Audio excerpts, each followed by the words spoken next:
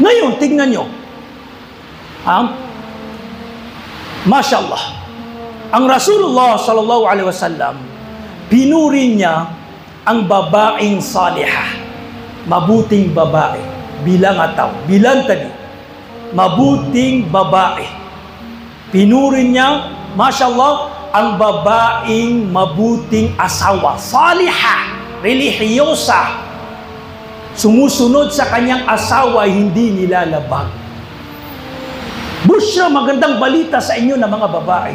Sabi ng Rasulullah, bilang pagpaparangal, pagpupuri sa inyo, kapag ikaw ay naging mabuting salihah, inilarawan ng Rasulullah sa maraming hadith ang katangian ng mga imra'atun salihah, mabuting asawa.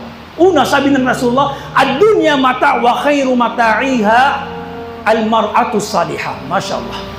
Ang mundo ay palamuti, sabi ng Rasulullah. Ang mundo ay palamuti. At ang pinakamagandang palamuti sa mundo na ito ay ang pagkakaroon ng imra'atun salihah. Treasure, kayamanan, isang napakalaking palamuti. Ang babaeng mabuti, salihah. Sila ang pinaka treasure na bagay dito sa mundo. Sabi ng Rasulullah, tinanong siya, Ya Rasulullah, sino yung imra'atun salihah? Ano yung katangian niya? Sabi ng Rasulullah. Sabi niya, ang imra'atun salihah, o tinanong ang Rasulullah, sino yung pinakamainam, mga mabuti sa mga babae? Ano yung katangian nila po, Rasulullah? Tinanong ng ilang sahaba. Sabi niya, ang pinakamabuting babae ay yung babae tasurruhu idha nawara. Kapag nakikita siya ng kanyang asawa, nasisiyahan, nagiging maligaya ang kanyang asawa. Bakit daw? Kapag tingnan nyo ang mabuting babae. Tingnan nyo ang mabuting babae. Kapag kasama mo siya, kahalubilo mo siya, nakikita mo siya, gumagaan ng iyong kalooban. Dahil sa kanyang pagiging mabuting ugali, yung nur, liwanag sa kanyang sarili, dahil siya ay nagsasala, inaalagaan niya ang kanyang dangal. Pero, subhanallah, kung ang lalaki, galing sa labas, pagod na pagod, darating sa bahay, magulo ang bahay, hindi may pinta ang kanyang sarili, hindi may pinta ang kanyang mukha, dahil hindi naglilinis sa kanyang sarili, tadya, hindi niya inaalagaan ang kanyang sarili, hindi niya inaalagaan.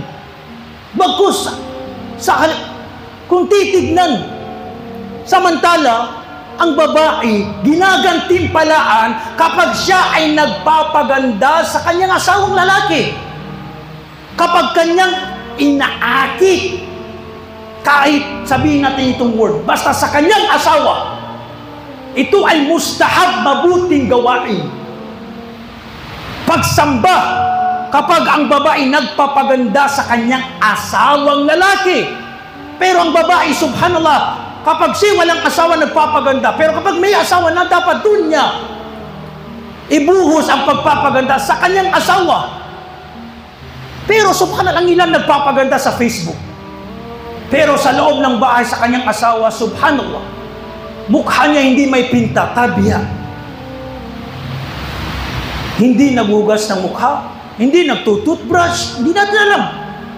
Minsan, natuturn off ang ilang mga asawa. Subhanallah. Ito ay katotohanan.